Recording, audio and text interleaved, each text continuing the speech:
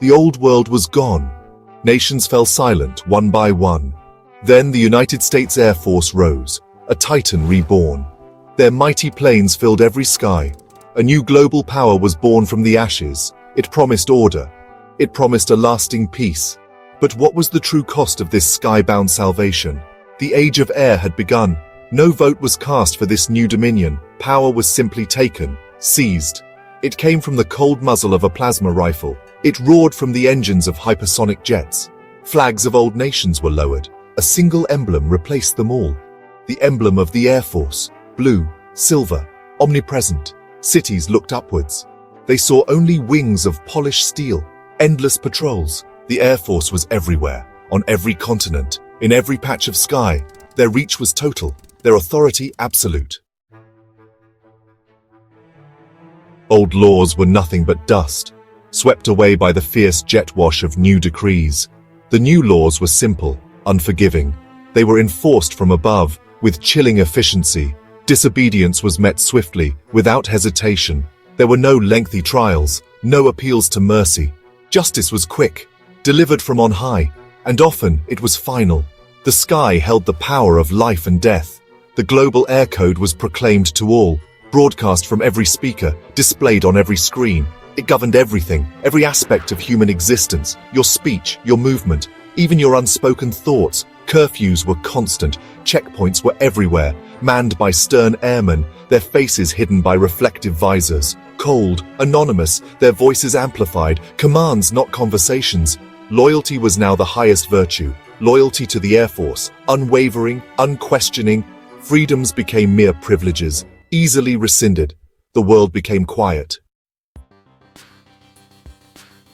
Technology surged forward, but only one kind of technology truly flourished: military technology, the tools of dominance. New fighters patrolled the silent stratosphere, invisible, unseen, unheard, until their weapons struck like lightning. Lasers replaced primitive bullets, clean, efficient, deadly.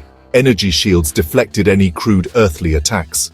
The Air Force was always one step ahead, always superior. Their power grew with each passing day. Ground weapons became obsolete overnight.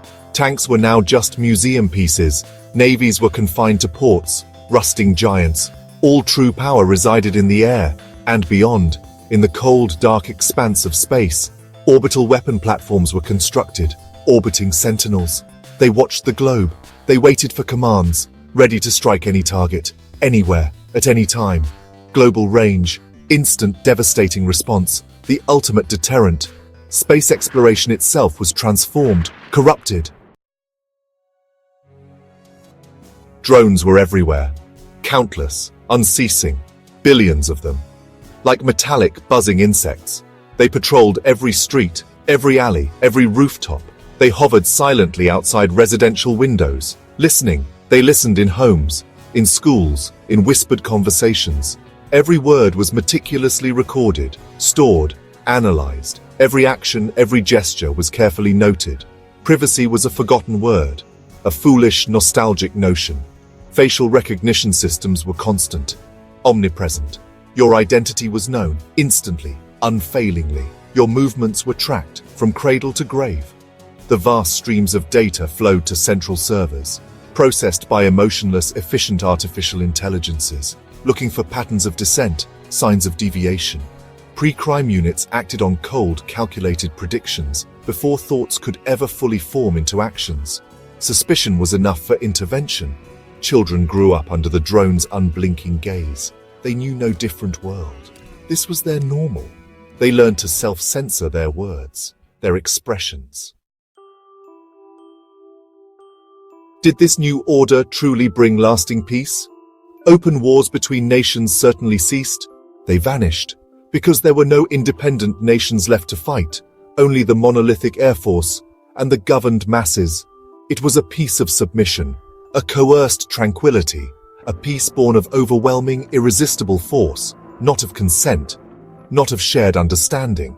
A peace as cold as the stratosphere itself, a fragile quiet, easily broken.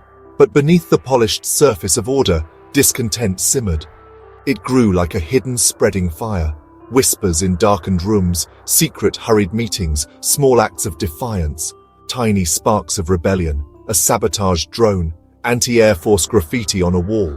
The human spirit is remarkably hard to extinguish completely. It yearns for freedom, for dignity, for voice, even under the oppressive shadow of a global power. Hope flickered in the darkest corners. The Air Force maintained its rigid order with an iron fist. Rebellions, when they dared to surface, were crushed, swiftly, brutally, without mercy.